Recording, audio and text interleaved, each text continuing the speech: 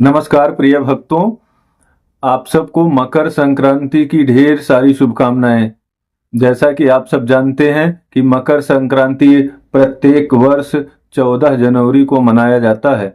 मकर संक्रांति के विषय में क्या शास्त्र के विचार हैं उसके विषय में हम जानने का प्रयास करेंगे और आप सब उस दिन को विशेष कैसे बना सकते हैं, उसके अंदर क्या क्या कर सकते हैं और क्यों यह दिन विशेष है, इसके कई कारण हैं। सबसे पहला जो आपका नाम ही है कि मकर संक्रांति, तो जैसा कि आपको पता है कि 12 राशियां होती हैं और 12 राशियों में जब भी सूर्य जाता है एक राशि से दूसरी राशि पर, तो वह समय जो होता है उस दिन का उसे संक्रांति कहते हैं। इस प्रकार वर्ष भर में टोटल 12 संक्रांतियां होती हैं, लेकिन उसमें कुछ संक्रांति विशेष होती है और उसमें सबसे प्रमुख होती है जो मकर संक्रांति पड़ती है, जिस दिन 14 जनवरी को सूर्य मकर राशि में प्रवेश करता है। मकर राशि शनि की राशि है, किंतु जब सूर्य उसमें जाता है तो उसके कई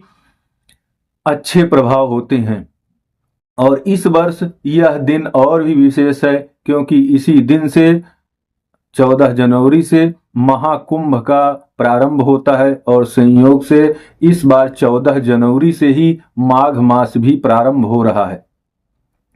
और जब मकर राशि पर सूर्य जाता है तो माना जाता है कि सूर्य उत्तरायण होगा, दक्षिण से दक्षिणी गोलार्ध से अब सूर्य उत्तरी गोलार्ध की तरफ बढ़ना प्रारंभ कर देता है और उसी दिन से गर्मी बढ़ने लगती है, गर्मी का प्रभाव बढ़ने लगता है।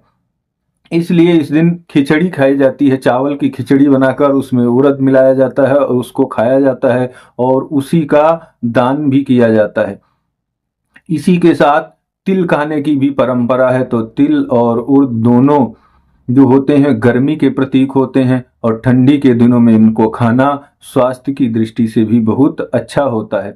तो इस प्रकार से जो मकर संक्रांति है उसके अंदर भगवान सूर्य की पूजा की जाती है। गंगा इत्यादि पवित्र नदियों के तट पर स्नान किया जाता है और अपने सामर्थ्य के अनुसार दान किया जाता है और भगवान सूर्य की और विष्णु भगवान की पूजा की जाती है। मकर संक्रांति को दक्षिण भारत में पोंगल के नाम से जाना जाता है और दक्षिण भारत में पोंगल मनाने की भी बहुत अच्छी परंपरा होती है, जहां मिट्टी के घड़े के अंदर खीर बनाई जाती है, केले के पेड़ पत्तल पर खाया जाता है और कई प्रकार से बड़े विधि विधान से दक्षिण भारत में इसकी पूजा की जाती है।